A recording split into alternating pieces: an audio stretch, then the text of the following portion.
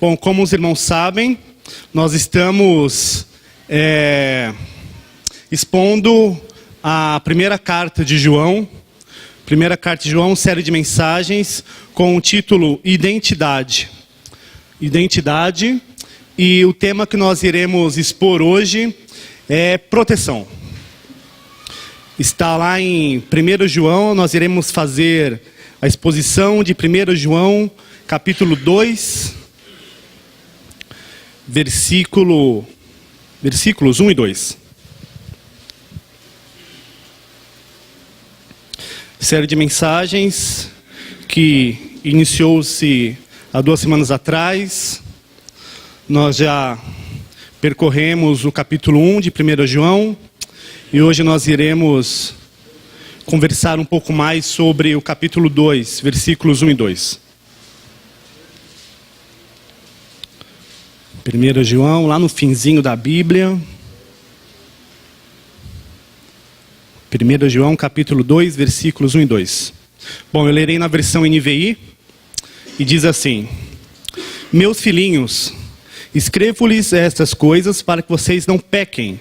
Se, porém, alguém pecar, temos um intercessor junto ao Pai, Jesus Cristo, o justo.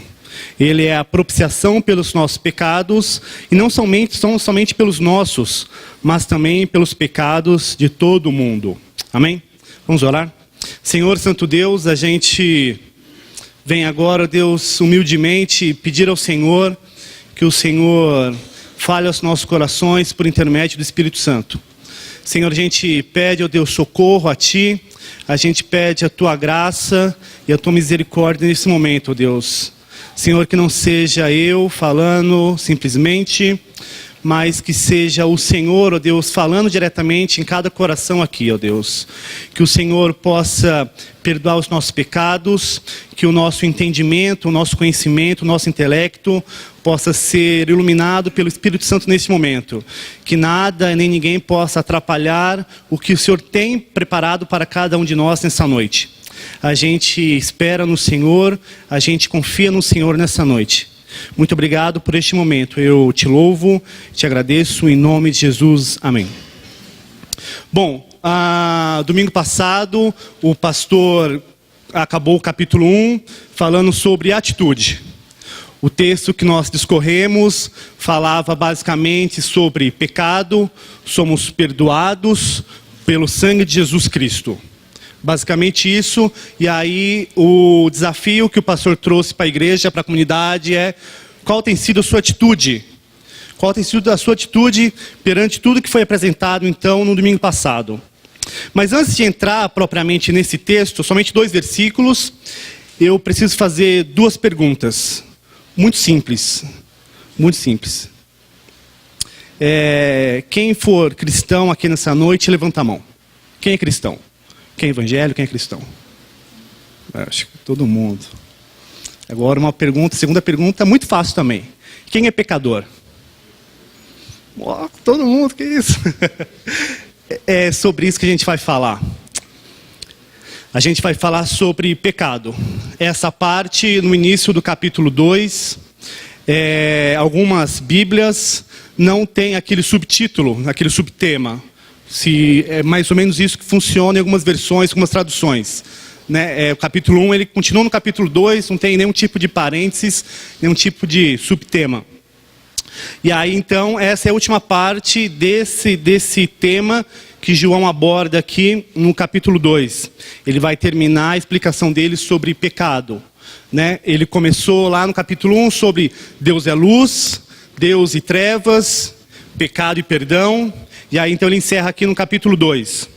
E aí ele começa assim: meus filhinhos.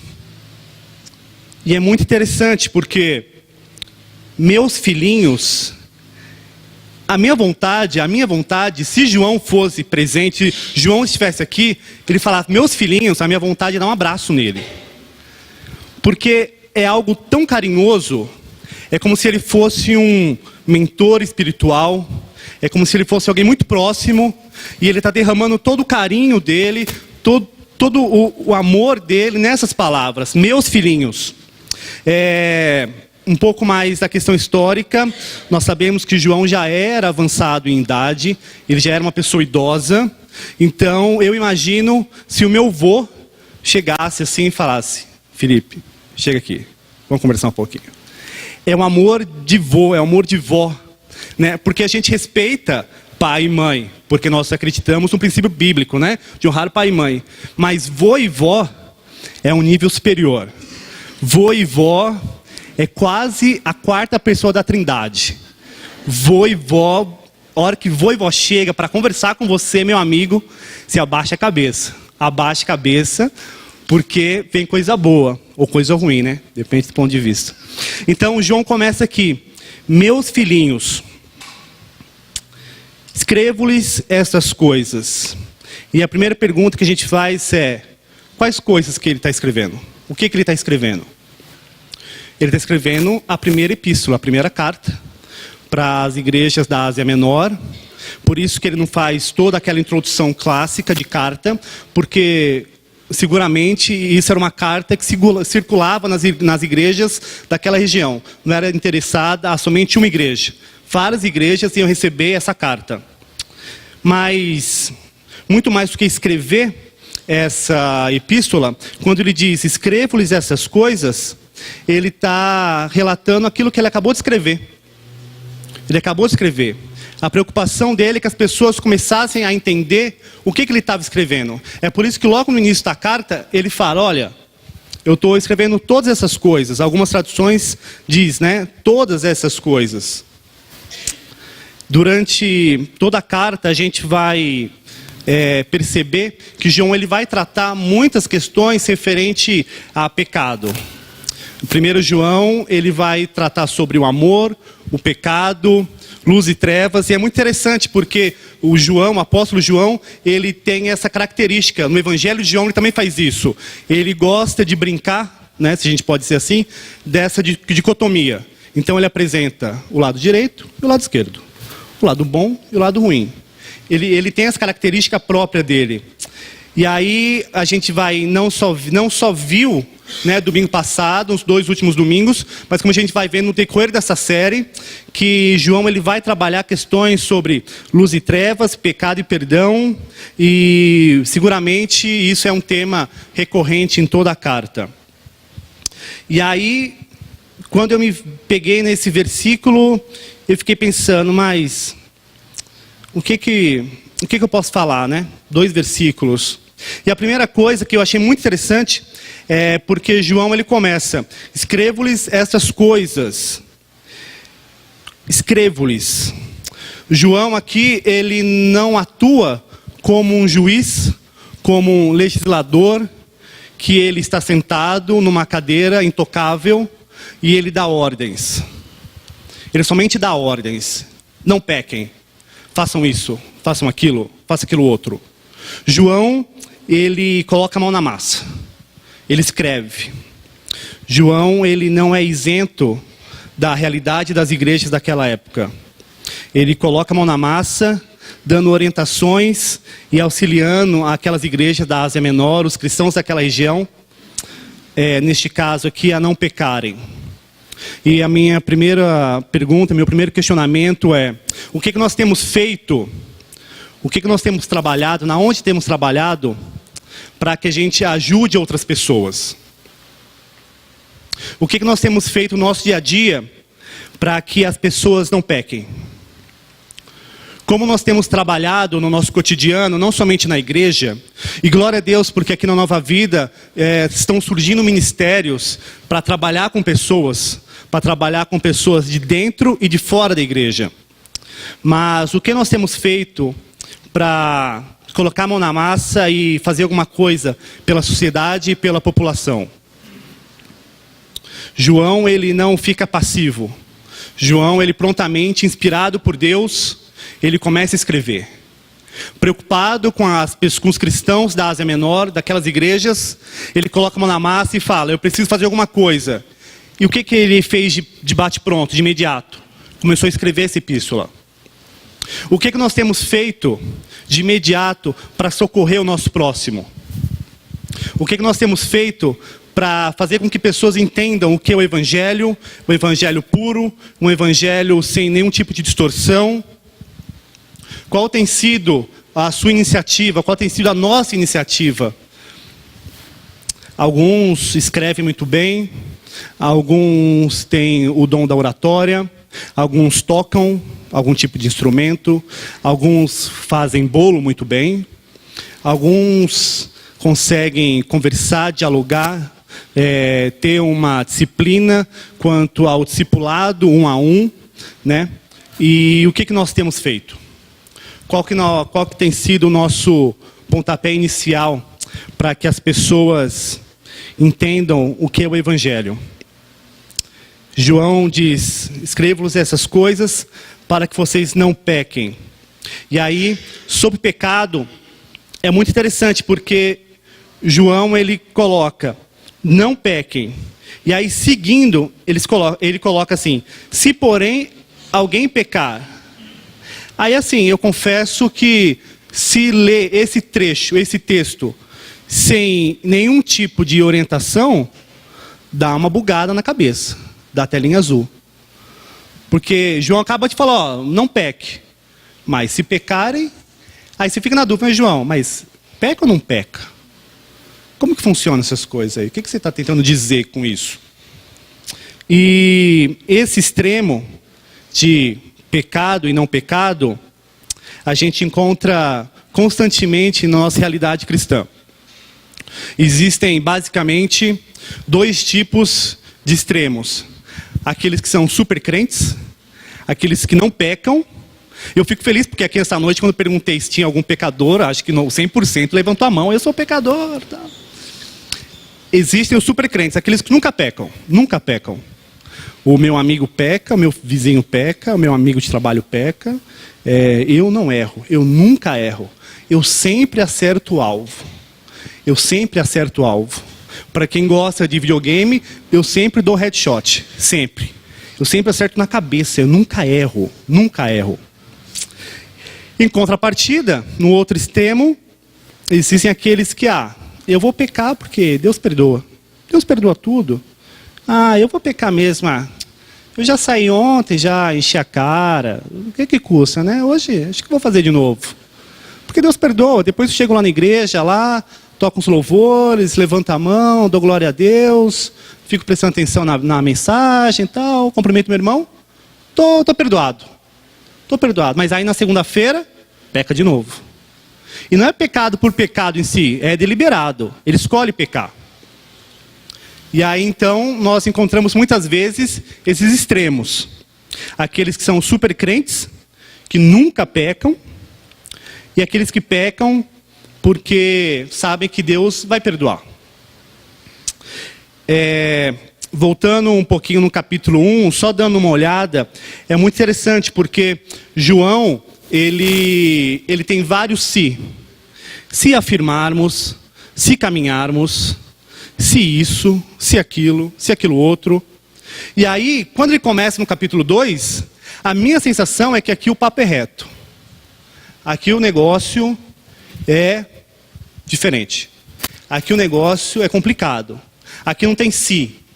Aqui a ordem é direta. Não pequem. Não pequem. Existem aqueles extremistas, eu não faço parte de um deles, mas existem correntes de pensamento, correntes teológicas, que dizem que o homem ele é capaz de não pecar. Existem aqueles que falam que o crente, que é crente de verdade, ele não peca. Ele não peca. Ele busca o perfeccionismo e ele vive uma vida sem pecado. Aí, quando você ouve uma pessoa falando assim, você fala, mas então você está fazendo hora extra aqui na terra, né? Porque se você não peca, o que você está fazendo aqui na terra? Sobe direto, meu amigo. Né? Você está fazendo hora extra aqui. Mas eu não concordo muito com essa posição de pensamento, que o homem não peca e ele há a possibilidade de nunca mais pecar na vida. Então, hoje, domingo, agora, 7:55 da noite, a partir de agora, eu não vou pecar até o fim da minha vida. Tem gente que acredita nisso. Mas, quando João ele escreve isso, ele não quer dizer que existe um perfeccionismo. Longe disso. Os cristãos pecam. É uma realidade. Infelizmente, a natureza humana é pecaminosa. A natureza humana, por mais que nós busquemos santidade, por mais que a gente faça 1001 coisas, por mais que a gente busque ao Senhor 25 horas por dia, a gente cai e peca. A gente tem vários exemplos na Bíblia de homens, né? Davi, o homem segundo o coração de Deus. Pô, se você ler só o título desse homem, você fala assim, pô, o cara não peca nunca. O cara é um... O cara é perfeito, o cara é um santão. E aí, passando as páginas da Bíblia, a gente vai ver o quanto que ele pecou. O quanto que ele pecou. O propósito de João aqui é impedir o pecado e não é desculpá-lo. E é outro ponto muito interessante, porque o propósito é fazer com que os cristãos não pequem. E não é dar desculpa para o pecado. O problema do nosso dia a dia, né, da nossa realidade, é que o pecado hoje em dia, ele não tem nome de pecado. O pecado hoje em dia, ele tem alguns nomes muito diferentes e muito interessantes. Pecado, ele pode ser chamado como erro. Ah, eu errei. Um desajuste, um equívoco, um vacilo, um deslize. Existem vários nomes. O humanismo e o relativismo, ele coloca vários nomes porque nós cristãos simplesmente chamamos de pecado. E a gente precisa ter consciência disso, porque João ele está escrevendo aqui de forma que os cristãos tenham consciência que não pequem e não para desculpar. Pecado não pode ser uma desculpa. Não pode se tornar uma desculpa. Pecado tem que ser tratado como pecado. E como que a gente descobre o que é pecado e o que não é pecado? Lendo a Escritura. Lendo a Escritura. Deus já revelou tudo que para a gente ter uma vida santa e cristã, coerente com o Evangelho aqui na Terra, por intermédio das Escrituras. É só por intermédio dela que a gente vai saber o que é pecado e o que não é. E é muito interessante porque as pessoas, uma pergunta que sempre está na boca do cristão, quando ele quer pecar, ele pergunta assim, mas pode ou não pode? Pode ou não pode? Pode beber ou não pode? Pode fumar ou não pode? Pode ter relação sexual antes do casamento? Pode ou não pode? E o pode ou não pode é uma pergunta muito covarde. Porque pode ou não pode, a pessoa está perguntando na categoria religiosa. Por quê? Porque se você falar pode ou não pode, a pessoa vai culpar você da sua resposta. Então, se a pessoa falar assim, não, pode ter relação antes do casamento, fica tranquilo, pode. Se alguma coisa acontecer, a pessoa, né, que teve relação antes vai falar assim, mas o fulano falou que podia. O fulano falou que podia. Então não é pecado. Se o cara falou que podia, não é pecado. Esse é o problema dos cristãos da nossa época. Eles baseiam-se o que é pecado e o que não é pecado pela boca de terceiros e não pela boca de Deus. As pessoas não estão preocupadas com o que o Evangelho diz. As pessoas estão preocupadas com o que um pastor diz, o que um líder religioso diz, o que o meu líder de ministério diz, o que a minha mãe diz. Mas as pessoas não estão interessadas no que a palavra de Deus diz. Então, o pecado no nosso tempo, ele tem que ser tratado como pecado. Pecado é pecado, ponto, acabou. Pecado, hamartia, é errar o alvo, não é? O pastor ensinou para a gente semana passada. Nós temos que tratar isso. Não tem errar meio alvo. Ou errou ou não errou. Ou acertou ou não acertou. Não tem, é igual meio grávido, estou meio grávido. Não, não tem como.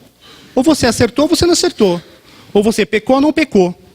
A gente precisa entender o que é pecado. E a gente só entende que é pecado lendo a palavra de Deus. A gente só entende que é pecado estudando a palavra de Deus. A gente só entende que é pecado quando a gente lê as Escrituras e Deus fala com a gente, diretamente com a gente no nosso coração, e a gente fala assim, isso é pecado e isso não é pecado. João, muito preocupado, porque os cristãos da Ásia Menor, eles estavam sendo atacados por gnósticos, por correntes heréticas, e aí então ele começa a escrever essa carta, porque os gnósticos chegavam para os cristãos daquela época e falavam, olha, isso que você está falando que é pecado, Pode não ser. Isso que você está falando que é errado, você já parou para pensar se é errado mesmo? E alguns cristãos daquela região estavam tomando outros caminhos, outros rumos. Por isso a preocupação de João em escrever, primeiramente isso. Ele escreve tudo isso para que os cristãos não pequem. Não pequem. Mas aí, o conforto para aqueles que pecam e ficam mal, ficam na bad, né? Não quer sair da cama porque pecou, tem uma solução. Se porém alguém pecar, se porém alguém pecar, o pecado ele tem que ser entendido na vida do cristão como um acidente, não como uma rotina. Tem que ser entendido como um deslize, não algo cotidiano. Eu acordo 6 horas da manhã e penso quais pecados eu vou cometer durante meu dia. De forma alguma pode ser dessa maneira, desse jeito. O pecado tem que ser tratado como um pecado e tem que ser tratado como um deslize, como um acidente. Você joga a flecha e erra o alvo. Foi um acidente. Porque a minha meta, a nossa meta é acertar o alvo. Sempre. Então, quando a gente erra o alvo, quando a gente peca, tem que ser tratado justamente como algo que não deve acontecer. Como não deve acontecer. E aí João continua dizendo que se porém alguém pecar, temos um intercessor. Algumas versões vai dizer advogado junto ao Pai. Temos um intercessor ou um advogado. Isso é para mim reconfortante. Saber que caso eu venha pecar, eu tenho um Deus gracioso e maravilhoso que intercede por mim. Ele intercede por mim e intercede por você a todo momento. Ele é aquele que não dorme, ele é aquele que não cansa, ele é aquele que está intercedendo por cada um de nós a todo momento. Isso é reconfortante, porque, assim como eu fiz a pergunta no início, todos somos pecadores. Então, quando nós pecamos, nós sabemos para onde correr. A gente não precisa correr para livros de autoajuda, a gente não precisa correr para gabinete pastoral, a gente não precisa correr para o boteco mais próximo, a gente não precisa correr para os braços de um amante, de uma amante. Quando a gente peca, a gente não precisa correr para a farmácia para comprar antidepressivos. Quando a gente peca, a gente corre para Cristo. É para Cristo que devemos correr. Porque Ele é o nosso intercessor. Eu acredito que a Bíblia ela é prática. Por mais que os homens eles tenham colocado questões teológicas, filosóficas, antropológicas e todas as lógicas mais, a Bíblia ela tem que ser prática. A Bíblia ela tem que ser aberta e tem que ser entendida por qualquer um. E aí, quando João escreve que nós temos um intercessor ou um advogado, eu prefiro a palavra intercessor. Existem 2 palavras no grego que são bem próximas e as 2 palavras elas se encaixam muito bem. Para intercessor nós temos o paracleto e para o advogado o paraclém. São palavras da mesma raiz, paraclém e paracleto. Advogado e intercessor. E é muito interessante porque as 2 traduções para essa mesma raiz da palavra, ela é tão interessante porque paraclém é alguém que está intercedendo 24 horas. É alguém que não se cansa. É alguém que está o tempo todo intercedendo por alguém. E paracleto é aquela cena. Lógico, eu acho que quase todo mundo já viu aqueles filmes que chega o advogado, aquele tribunal, via de regra, tribunal americano, né? Aqueles tribunais, cheio de advogado, e tem o júri, e tem lá, e o cara tá com aquele chapeuzinho, e tá com um babadorzinho, aquela coisa toda, de filme. E aí, o réu tá lá no banco dos réus, e tem o advogado do lado dele. Paracleto é justamente isso. É alguém que foi convocado para dar assistência ao réu. é aquele advogado que chega do lado do réu e fica para dar assistência. E é muito interessante porque quando João escreve que nós temos um intercessor no advogado, nós podemos traduzir das duas maneiras. Nós precisamos clamar a Cristo para que Ele venha ao nosso lado, e estando ao nosso lado, Ele interceda por nós. Nós não temos direito de conversar com Deus diretamente. É Cristo quem faz isso. É por isso que quando eu disse que nós precisamos entender que é Cristo que é o intermediador entre Deus e os homens. E Ele assume essa posição de advogado, essa posição de intercessor. Ele está do nosso lado. Ele é o único capaz de olhar para os olhos de Deus e clamar e interceder por nós. Porque nós somos pecadores. Nós pecamos. Se eu não estou pecando agora, daqui 5 minutos eu posso pecar. Ainda no final do dia eu posso pecar. E aquele pecado bem cabeludo. Nós temos um intercessor. Nós temos um advogado. E é para ele que a gente corre quando a coisa está feia. E é para ele que a gente corre quando a gente peca de forma deliberada. Porque eu não sei vocês, mas quando eu peco de forma deliberada, e sim, eu faço isso. Eu faço isso. Quando eu escolho pecar, eu tenho 2 segundos de consciência se eu peco ou não. Eu acho que cada um tem um tempo maior ou menor. Mas quando você vai pecar, quando você de forma deliberada decide pecar, o Espírito Santo que mora dentro de nós, ele toca o sinal vermelho lá. Ele toca a campainha. Fala, meu amigo, você vai pecar mesmo? Essa consciência que as pessoas falam que é a consciência, para mim, cristão, é o Espírito Santo. O Espírito Santo que mora dentro de cada um de nós, nosso coração, ele avisa quando nós vamos pecar de forma deliberada. Nós temos a possibilidade de não pecar. Nós temos a possibilidade de dar um passo atrás. Mas caso decida pecar, nós temos o intercessor. Nós temos alguém do nosso lado que 24 horas está intercedendo por nós e não existe outro. Romanos 8, 34 diz assim: quem nos condenará? Foi Cristo Jesus que morreu, e mais, que ressuscitou, está à direita de Deus e também intercede por nós. A palavra intercede, né, é justamente esse paraclém, aquele que intercede sem cessar. E essas são as 3 razões, nesse Romanos 8,34, existem 3 razões para que nós não sermos condenados.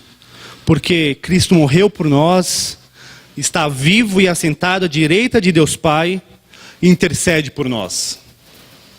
Dito isso, quem vai nos condenar? Quem vai nos condenar? Se temos Cristo a nosso favor, quem vai nos condenar? Quem? Não existe condenação. Para aqueles que são em Cristo, não existe condenação. Não existe condenação. Acabou. O preço já foi pago. O sangue de Jesus já foi derramado. O preço, aquele preço do pecado, Cristo já pagou na cruz. Essa é a nossa realidade. Essa é a nossa nova realidade. Ele intercede por nós. E aí, João continua. Jesus Cristo, o justo, né? Nós temos o intercessor junto ao Pai. Jesus Cristo, o justo. E por que ele é justo? Porque ele é o Messias. Somente ele carrega o título de justo. E pesquisando um pouquinho mais, talvez esse seja a primeira característica, o primeiro nome que Jesus teve depois da ressurreição.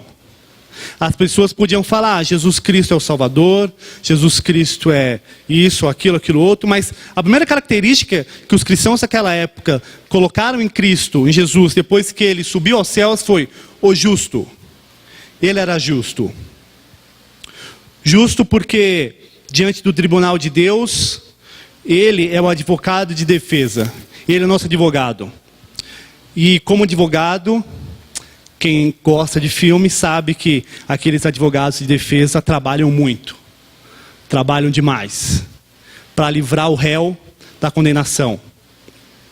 E somente Cristo tem essa característica.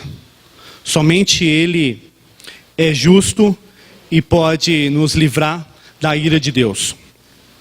A gente precisa entender de uma vez por todas, porque Deus, ele não está contra nós.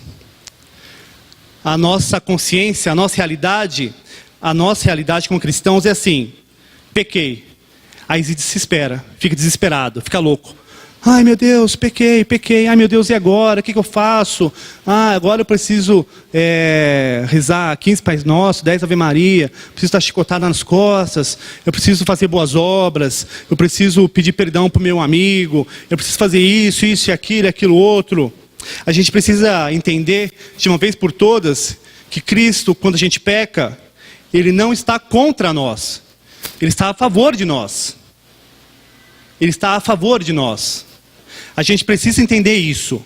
A gente precisa entender que quando a gente peca, é isso que acontece. Cristo, Ele não se afasta.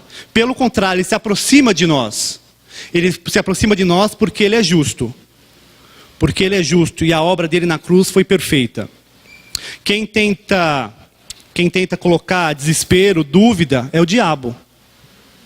É o diabo que coloca dúvida na nossa cabeça depois que a gente peca. Depois que a gente peca, a gente começa a pensar, mas será que Deus vai perdoar esse pecado? Eu já caí 478 vezes nesse pecado. Será que Deus me ama mesmo? Será que vai perdoar mais uma vez? Será que Deus vai me aceitar mais uma vez? Será que Ele vai me amar mais uma vez? Essa dúvida é o diabo que coloca na nossa cabeça. É o inimigo das nossas almas que coloca isso na nossa cabeça. Porque quando a gente lê esse texto aqui de João, a gente tem que entender que Deus está do nosso lado e não contra nós. É isso que a gente tem que entender. É isso que a gente tem que entender. Quando nós pecamos, nós temos alguém que olha para nós com um olhar de amor e diz: filho, esse pecado que você acabou de cometer, deixe comigo que eu intercedo com o Pai, por você. Esse pecado que você acabou de cometer pela 1000ª vez, deixa comigo.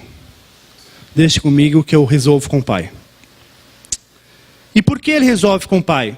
Porque Ele é justo, porque a obra dele foi completa na cruz, porque Ele ressuscitou e porque Ele é a propiciação pelos nossos pecados. Versículo 2. Ele é a propiciação pelos nossos pecados. Propiciação. Alguém tinha que ser propício. E aí, propiciação, a primeira ideia que me vem na cabeça é o propiciatório. Propiciatório do Antigo Testamento. Propiciatório era uma tampa de ouro maciça que ficava em cima da Arca da Aliança. Deus mandou Moisés, construir a arca, e essa tampa, e ela servia para quê? Para que uma vez por ano o sumo sacerdote entrasse no Santo dos Santos. Ele entrava com 2 tipos de sangue: o sangue de novilho, porque ele tinha que se purificar para entrar no Santo dos Santos, e um sangue de carneiro, de cordeiro, para ser derramado em cima dessa tampa. Dentro da Arca da Aliança estava a lei do Senhor, os 10 mandamentos. Por quê? Porque a lei para o Antigo Testamento era o juízo de Deus. A lei do Senhor era o juízo.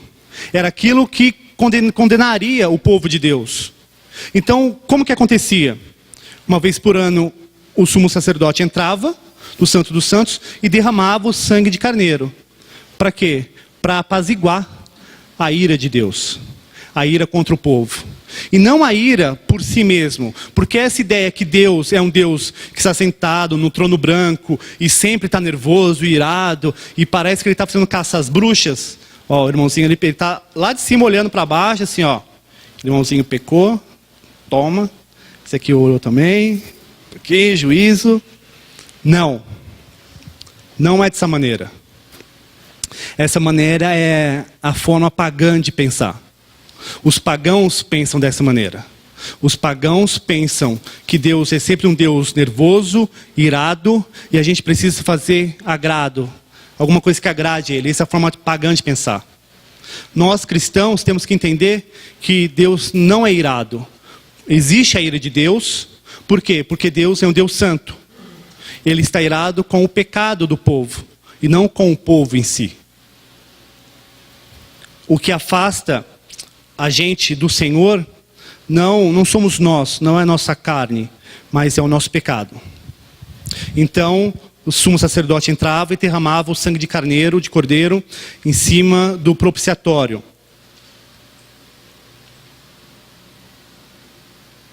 Hoje, de forma figurativa, é o nosso coração que é a Arca da Aliança.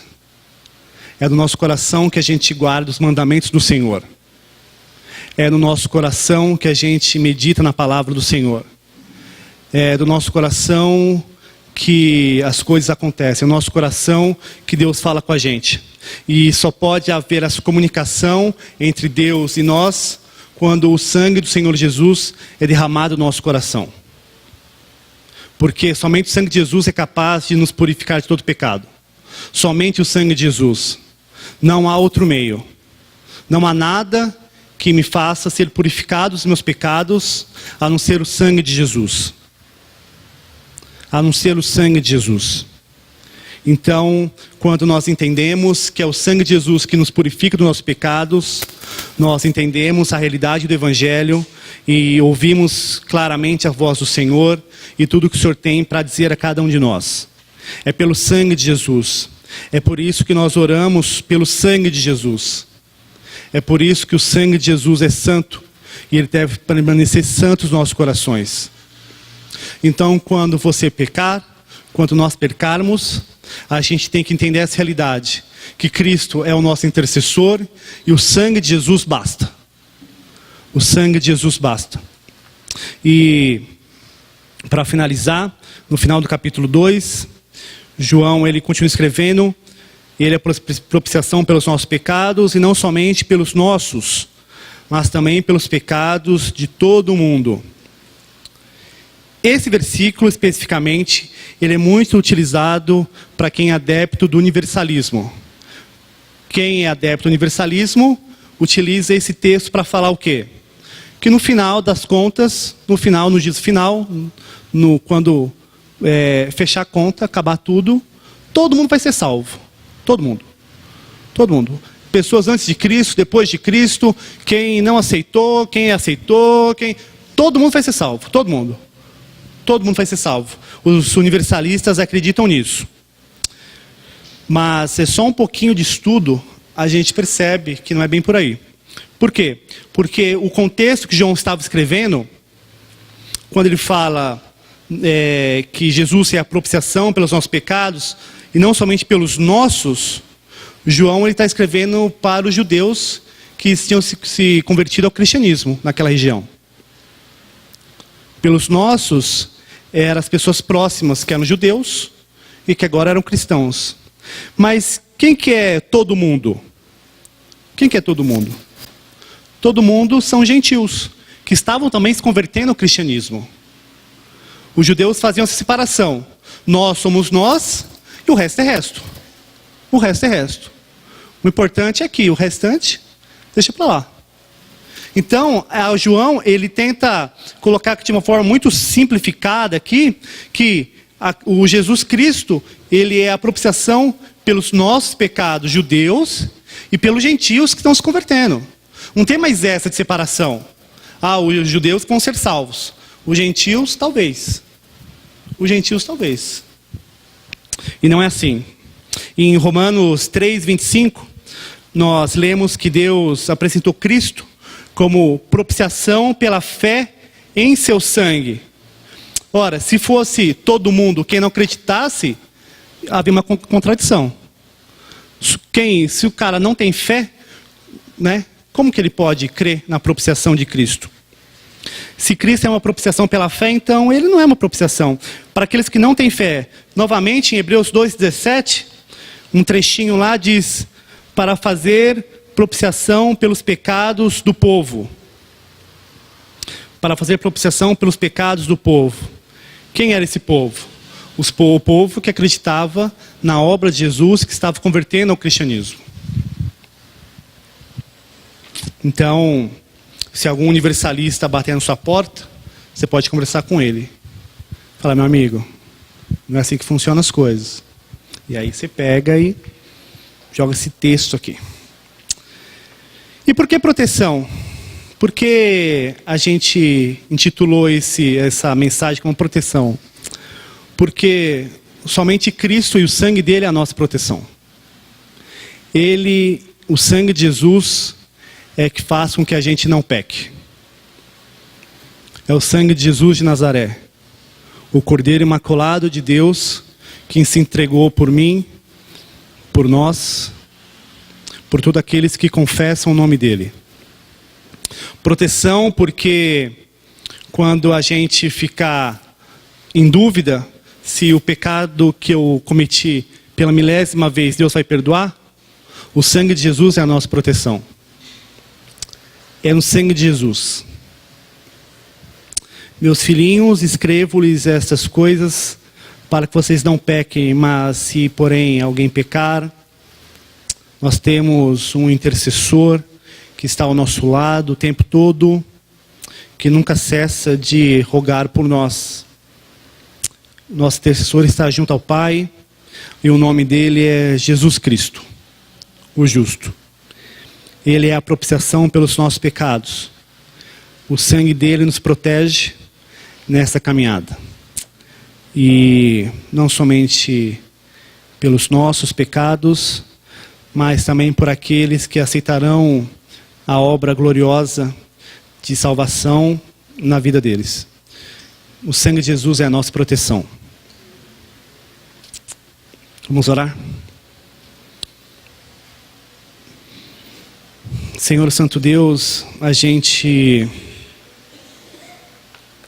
te agradece, ó Pai. A gente te agradece, Senhor, por tudo que o Senhor fez naquela cruz maldita que nos deu a salvação. Muito obrigado, ó Deus, porque o Senhor enviou o teu Filho amado, Cordeiro Imaculado, para derramar o sangue puro, o sangue inocente ao nosso favor. Muito obrigado, Deus, porque a gente não merece. Nós mereceríamos, ó Deus, a condenação eterna. Nós mereceríamos, ó Deus, a perdição, o sofrimento eterno. Mas o Senhor é tão bom, o Senhor é tão amoroso, o Senhor é tão misericordioso, ó Deus, que o Senhor mandou o seu Filho para que o sangue dele pudesse nos cobrir. Senhor, que a gente entenda a realidade, ó Deus, de quem nós somos, que a gente entenda, ó Deus, a realidade, Senhor, que a gente peca, mas que a gente não se desespere. Que a gente não se desespere, ó Deus, que a gente não corra de um lado para o outro, Senhor. Que a gente não fique perdido, ó Deus, em meio a dúvidas, incertezas, ó Deus, culpa. Deus, que não haja culpa, ó Deus, mas que haja o sangue de Jesus. Senhor, que o Senhor interceda por nós a todo tempo, ó Deus. Nós precisamos, ó Deus, que alguém interceda por nós a todo momento. A gente precisa, ó Deus. E graças a Deus é que Jesus Cristo, o justo, intercede por nós. Muito obrigado, Senhor. O Senhor é a nossa rocha, a nossa salvação e a nossa proteção. Muito obrigado porque somos remidos e lavados pelo sangue do Cordeiro. É o sangue do Cordeiro. Tu és a nossa proteção. Que a gente entenda isso, ó Deus, que no próximo pecado que a gente cometer, ó Deus, que a gente se dobre, que os nossos joelhos toquem o solo e que a gente clame ao Senhor, pedindo misericórdia e confirmando, Deus, o sangue de Jesus sobre todos nós. Senhor, muito obrigado por essa noite. Que essa palavra faça morada em cada coração, Senhor. Que essa palavra faça morada, ó Deus, a todo momento, ó Deus. Que os umbrais, os batentes da porta do nosso coração possam ser aspergidos, ó Deus, com o sangue de Jesus. Essa é a nossa oração.